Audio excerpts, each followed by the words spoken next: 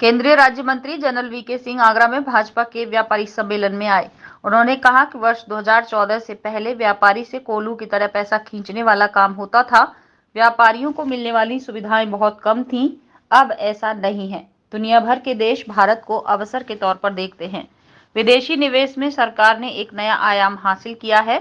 पूरे विश्व में भारत की आर्थिक स्थिति सबसे मजबूत है। 27 फरवरी को आगरा रोड स्थित एक होटल में आयोजित भाजपा व्यापार प्रकोष्ठ के व्यापारी सम्मेलन में केंद्रीय राज्य मंत्री जनरल वीके सिंह ने ये बात कही।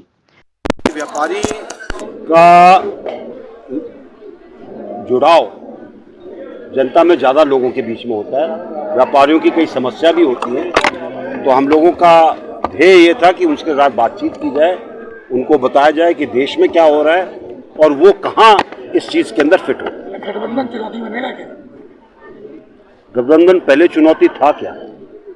किसानों के आंदोलन में क्या कुछ नहीं कहूँगा, क्योंकि अगर आंदोलन होता है तो लोग बाग अगर बातचीत करते हैं, हल्ला नहीं करते हैं। बातचीत के रास्ते खुले हैं, सरकार तैयार है।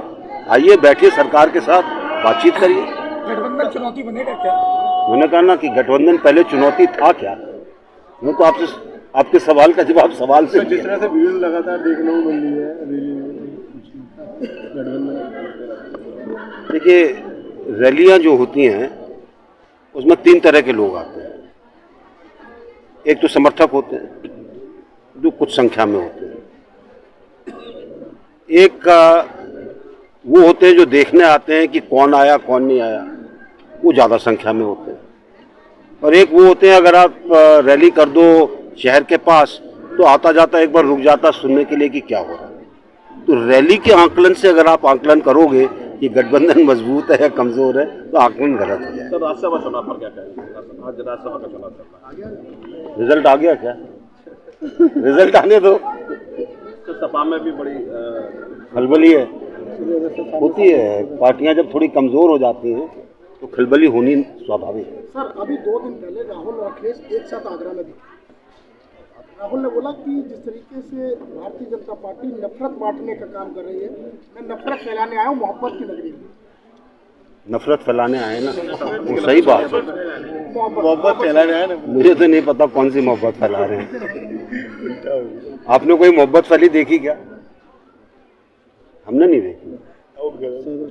देखिए, जब कोई मुद्दा ना हो तो लोग बाग ऐसी बातें करते हैं। मुद्दा कोई नहीं है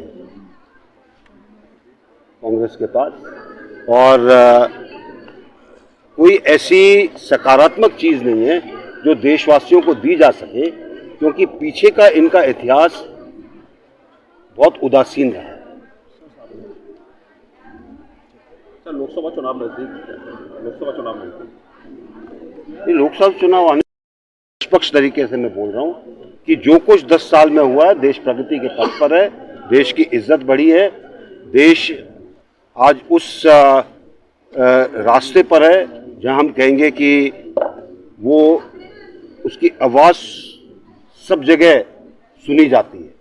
इसलिए अगले 5 साल ज़रूरी हैं कि इसके अंदर लोग बाग उसको वोट दें जो उनको आगे ले। 400 पार हो जाएंगे। अब पता नहीं, 400 से ज़्यादा भी हो सकते हैं, वो तो आप बताओगे।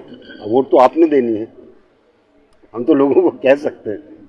बतौर मुख्य अतिथि कार्यक्रम को संबोधित कर रहे थे। उन्होंने कहा कि वर्ष 2014 से पहले व्यापारी से कोल्हू की तरह पैसा खींचने का काम होता था और सुविधाएं ना के बराबर थीं।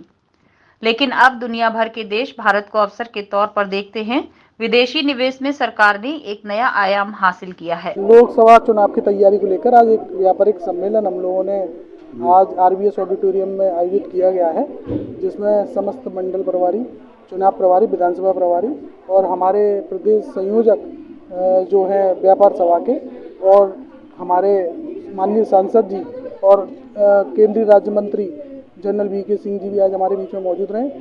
हमारी लोकसभा की जितनी भी हमारी लोकसभा की तैयारी उसको लेकर चर्चा हुई है, और व्यापारिक हित में जो भी कार्य हुए आज वो जनता के सामने रखे गए। देश के प्रधानमंत्री माननीय नरेंद्र मोदी जी और उत्तर प्रदेश के मुखिया माननीय योगी आदित्यनाथ जी के शीर्ष नेतृत्व में आज शहर अध्यक्ष भानु महाजन जी की अध्यक्षता में व्यापारी महासम्मेलन का कार्यक्रम आयोजित हुआ, जिसमें भारतीय जनता पार्टी के समस्त देव कार्यकर्ता एवं मातृशक्ति के रूप में सभी लोग यहाँ पे एकत्रित हुए हैं। किस तरह से व्यापारियों के चर्चा में बताइए, व्यापार बढ़ाने की बात, जो कि व्यापारी इधर चुनी रहते, क्या बात होगी आपसे? माननीय देश के प्रधानमंत्री मोदी जी ने मोदी की जो गारंटी है, जिसमें व्यापारियों को बहुत सारा लाभ मिल रहा है, किसानों को, युवाओं को, बेरोजगारों को।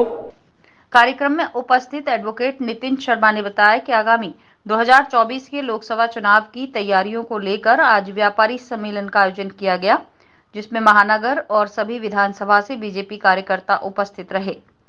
वहीं दयालबाग मंडल ओबीसी मोर्चे के अध्यक्ष दिनेश कुमार कुशवाहा ने कहा कि अब की बार 400 पार।